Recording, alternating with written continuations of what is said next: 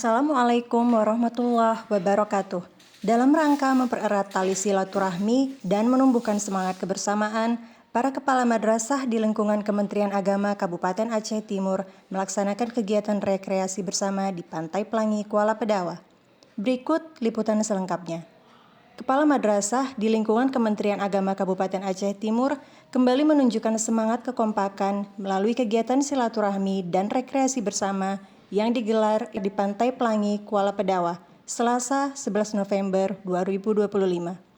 Kegiatan ini berlangsung dalam suasana penuh keakraban dan kekeluargaan serta menjadi bagian dari pembubaran panitia Gebyar Budaya Aceh Timur yang sebelumnya sukses dilaksanakan pada tanggal 20 Oktober 2025 di lapangan pemerintah Aceh Timur.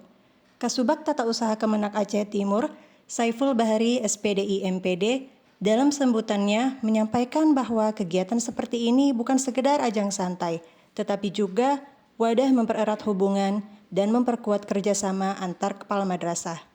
Semangat dan kekompakan seperti ini sudah menjadi tradisi di lingkungan kita. Kadang dilakukan setelah kegiatan besar seperti hari amal bakti atau di momen-momen tertentu lainnya, ujar Saiful Bahri. Dalam suasana santai di tepi pantai, para peserta menikmati hidangan khas daerah berupa kenduri kuah belangong dengan menu utama 2 ekor kambing yang dimasak langsung di lokasi acara. Sementara itu, Ketua Panitia Gebyar Budaya Dr. Andes Idris SPDI menyebutkan bahwa kegiatan ini merupakan wujud nyata kekompakan dan rasa kebersamaan di lingkungan kepala madrasah. Kegiatan seperti ini bukan sekedar rekreasi, tetapi bentuk kebersamaan kita.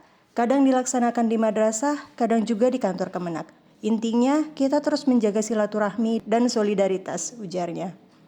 Kegiatan ditutup dengan doa bersama dan sesi foto kenangan di tepi pantai, menandai berakhirnya masa tugas Panitia Gebyar Budaya Aceh Timur tahun 2025 dengan penuh semangat, kebersamaan, dan rasa syukur. Dari Pantai Pelangi, Kuala Pedawa, Aceh Timur, tim berita Kemenak Aceh Timur melaporkan.